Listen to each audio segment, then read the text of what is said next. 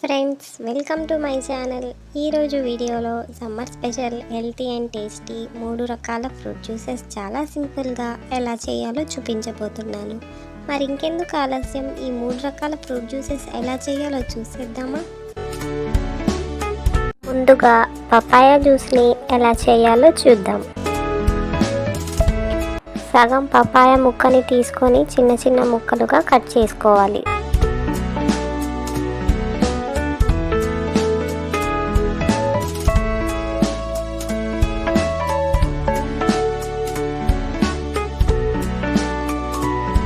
ఇలా కట్ చేసుకున్న పపాయ ముక్కలని మిక్సీ జార్లో వేసుకోవాలి.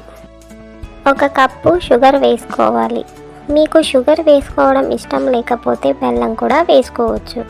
వేడి చేసి ఫ్రిడ్జ్లో పెట్టుకున్న చల్లని పాలు 150 ml పోసుకోవాలి. మిక్సీ జార్ మూత పెట్టుకొని గ్రైండ్ చేసుకోవాలి. చూశారు కదా ఎంత సింపుల్గా అయిపోయిందో ఈ పపాయ జ్యూస్. ఈ జ్యూస్ని సర్వింగ్ గ్లాస్లోకి పోసుకొని ఐస్ క్యూబ్స్ వేసుకొని తాగేయడమే. చాలా సింపుల్గా పపాయ జ్యూస్ని ఎలా చేయాలో చూశారు కదా. ఇప్పుడు బనానా జ్యూస్ ఎలా చేయాలో చూసేద్దాం. 2 అరటి పళ్ళని తీసుకొని చిన్న చిన్న ముక్కలుగా కట్ చేసుకోవాలి.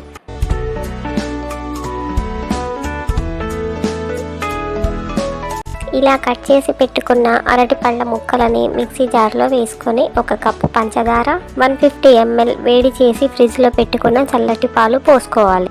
టీ స్పూన్ బూస్ట్ వేసుకొని మిక్సీ జార్ మూత పెట్టుకొని గ్రైండ్ చేసుకోవాలి.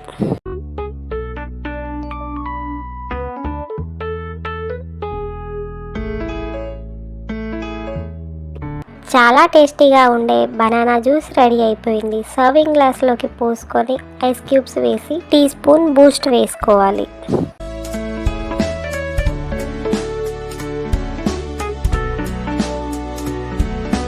చివరిగా వాటర్ మెలన్తో జ్యూస్ని ఎలా చేయాలో చూసేద్దాం. వాటర్ మిలన్ సీడ్స్ వేసుకోవడం ఇష్టం లేని వారు తీసేయవచ్చు. పుచ్చకాయని చిన్న చిన్న ముక్కలుగా కట్ చేసుకొని మిక్సీ జార్లో వేసుకోవాలి. 1 కప్పు పంచదార వేసుకొని వేడి చేసి ఫ్రిడ్జ్లో పెట్టుకున్న చల్లని పాలు పోసుకొని మిక్సీ జార్ మూత పెట్టి గ్రైండ్ చేసుకోవాలి. ఎంతో టేస్టీగా ఉండే వాటర్ మిలన్ జ్యూస్ని చాలా సింపుల్గా ఎలా చేయాలో చూశారు కదా. సర్వింగ్ గ్లాస్లోకి పోసుకొని ఐస్ క్యూబ్స్ వేసుకోవాలి.